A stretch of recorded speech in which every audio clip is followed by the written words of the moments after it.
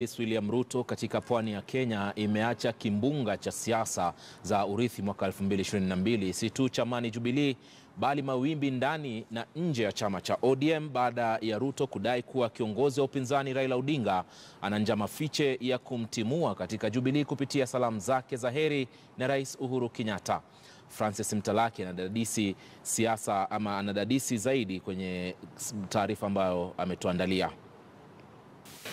Unajua, mimi nilikuwa ODM na nikafukuzwa ODM, nikapelekwa kotini vile hawa kinaisha na Dori wameandikiwa barua, hata na mimi niliandikiwa barua. Sasa wale nataka niwaambie, hamuwezi kunifukuza ODM ati mkanifuata ati mnanifukuza Jubilee. Haiwezekani. Akitumia taswira ya nyakati zake akiwa ODM, William Ruto amelalamikia kile anachodai kuwa ni njia za kihuni zinazopikwa kumtimua katika chama cha Jubilee. Ati wanajipanga huko porojo, fitina, tutavunja Jubilee. Watavunja Jubilee ya nani? Hiyo ni ndoto ya mchana nani?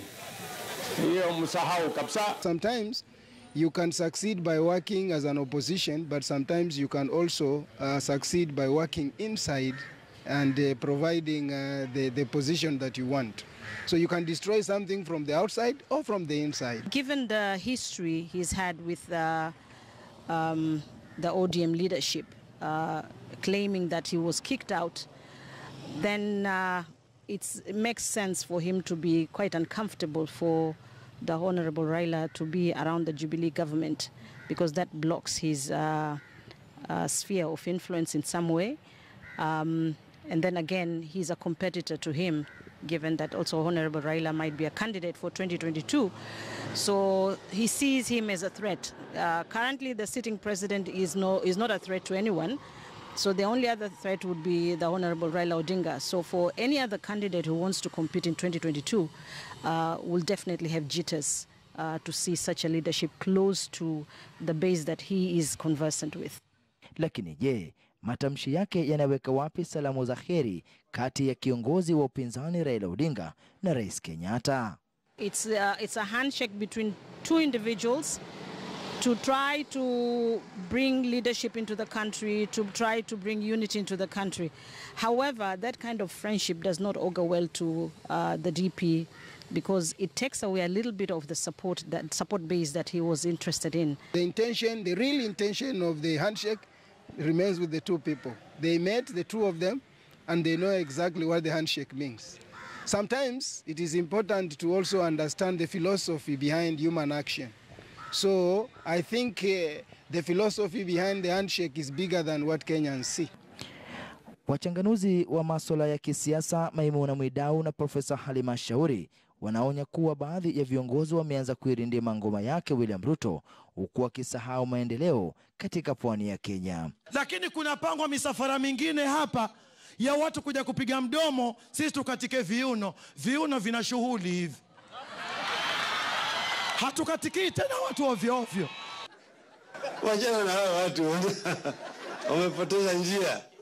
Nasema baba yetu wasamehe, manake wajui yale ambayo watu wanapiga kelele, wanabweka kama umbwa.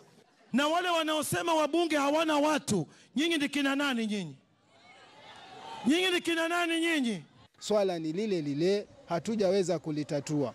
Kwa hivyo ziara ya naibu wa rais ni nzuri, anasema anajaribu kusaidia kujenga shule, kusaidia kujenga barabara, kusaidia kujenga.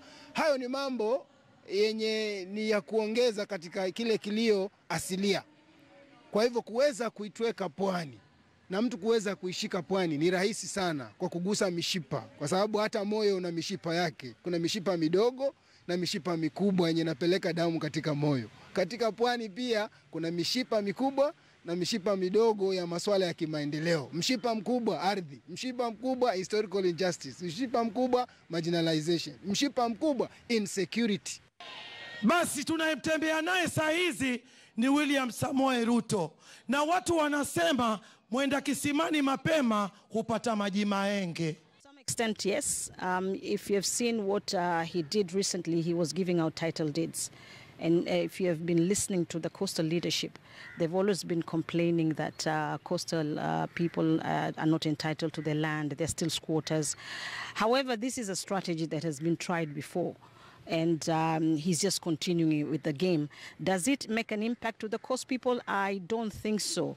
Because being given a title without any other tools to use that title and make sure it brings change to the people, that has not happened. Kwa siku 5 alizokita kambi pwani ya Kenya, naibu wa rais ameibua joto ambalo linafukia kote nchini baada ya kuibua uhasama wake na kiongozi wa upinzani Raila Odinga, karata ambayo wachanganuzi wa masuala ya kisiasa wamedai kuwa wawili hawa na mchango wake Rais Kenyatta ndio vigezo vikuu kuhusu ni nani atanyakua kiti cha urais mwaka 2022. Francis Mtalaki, KTN News, Mombasa.